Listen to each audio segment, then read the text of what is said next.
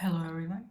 So today I'm going to talk about this question, shift versus caps lock.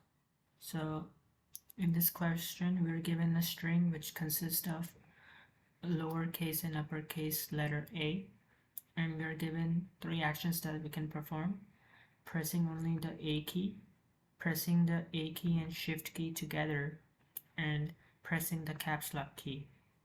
Each takes a certain amount of time to press, and so this question will basically require dynamic programming because each state will depend on the previous state and whether or not the caps lock key is currently on and off and taking the minimum of the actions.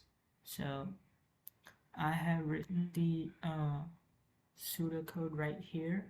So and I'll explain it. So what's happening is if the current index is at the current index, if it's lowercase a, so how are we going to create the dynamic? What would be the transition, right? So basically here what it means is that if this 0 means that the caps lock key is off, and this 1 means that the caps lock key is on.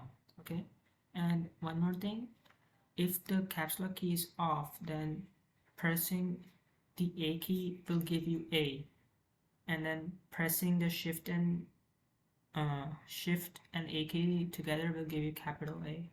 And if the caps lock key is on, then pressing the A key will give you uppercase A, and then pressing the shift and A key together will give you small lowercase a. So basically what we're going to do in each state is consider the previous state. So in this case it would be the caps lock key is off, right? And then we're only appending lowercase a, so we're only going to spend X amount of time. But suppose we had it on and then we're turning it off, right? Because we're looking at the state where the caps lock key is off. So it was on, then we spent Z milliseconds and turned it off, and then spent X milliseconds to press the key. Here the caps lock key is on, right? So we look at the previous state and then add the Y milliseconds it takes to get to append the lowercase a, because since the caps lock key is on, if we press the shift and A key together, we'll get lowercase a. Or we could say that in the previous state the caps lock key was off. It was off. Then we spent Z milliseconds to turn it on, and then spent Y milliseconds to get the lowercase a. Similarly, if we were trying to append an uppercase a, we will look at, so if the caps lock key is off, then we will look at the previous state in which it was off, and then add the Y milliseconds it would take to append the uppercase a. Or we could say that the caps lock key was on, then we turned it off and then spent Y milliseconds, right? And here so the caps lock key is on, so it will only take X milliseconds plus the previous state. Or we could say that it was off, right? Then we turned it on and then spent X milliseconds to append the uppercase a. And finally the answer would be the minimum of dp of n minus, well, in this case it would be n, right? So n of 0 and dp of n of, it would depend on whether we're taking 1 indexing or 0 indexing, and dp of 1. That would be the answer. So let's look at one example right here. So we're given this string, and I'm going to take 1 indexing, and the x, y, and z values are given. So initially the Capslock key is off, so we would spend 0 milliseconds to keep it off. Sorry, I meant that initially it was off. Or we could spend z milliseconds to turn it on, right? And now we want to append the uppercase A. So for this state, it would be the minimum of the previous state plus spending y milliseconds, so 3. Or we could say that the previous state, suppose it was previously on, right? And then we turned it off. So this is z, this is the previous state, and then we spent y milliseconds to turn it on. So it would be a minimum of 3 or 9, so it's 3. Okay, and for this state, it would be the minimum of the previous state, which is 3, and then we would only spend x milliseconds.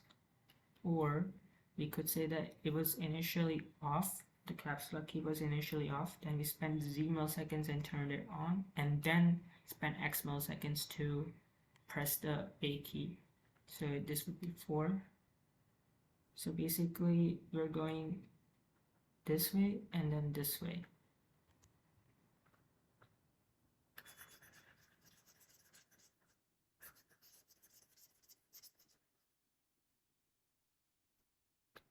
Okay, so for this state, it would be the minimum of the previous 3.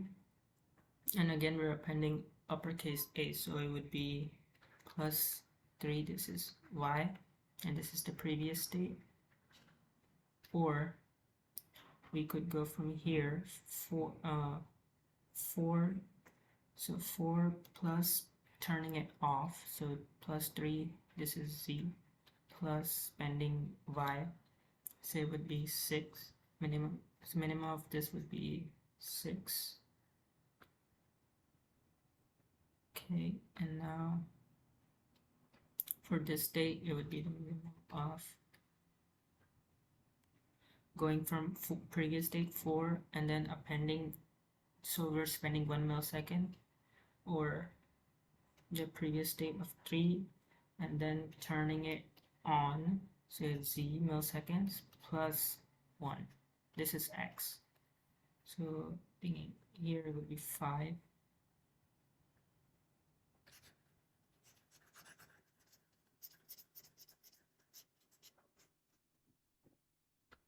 Okay, for this state it would be the minimum of 6. Now we're looking at lowercase a, so we're only spending x milliseconds. Or we could go from on to off, so off, we turned it off and then spent x milliseconds, so this would still be 7. For this state it would be the minimum of 5. Now we will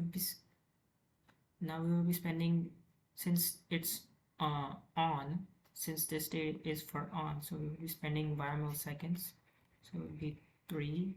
And or we could go from here, so 6 plus turning it on and then pressing y, so the minimum would be 8.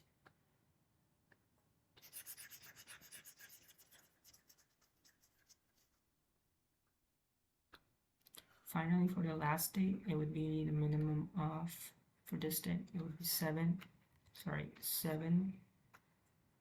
plus, it's uppercase A, so it would be y again, so 3, or going from 8 plus 3, this is turning it off, and then plus 3, so the minimum would be 10, and for this state it would be the minimum of going from here, so 8, since it's just capital A, would be, and since the Capslock key is on, it would be only spending x milliseconds. Or we could say that it was off and then we're turning it on, so it would be 7 plus 3 plus 1, so this is 9. So here we can see that eventually the answer we would get is 9. Okay, so that's pretty much it. Here it is in C++ code. So I'm taking the inputs right here, and then one more thing is that we don't have to create the entire table, which would be O of n space complexity, because you only need to remember only the previous state to get the next state. So what I did is basically create a vector of size 2 and filled it with 0.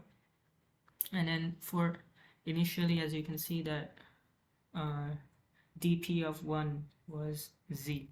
So that's what I did. And so for each iteration, I created a new dp and then followed the pseudocode that I showed you guys in the beginning. And then the dp would become the new dp. So it would always become the previous state, and then eventually the answer would be the minimum of dp of 1 and 0. Okay, so let me run it to show that it's working.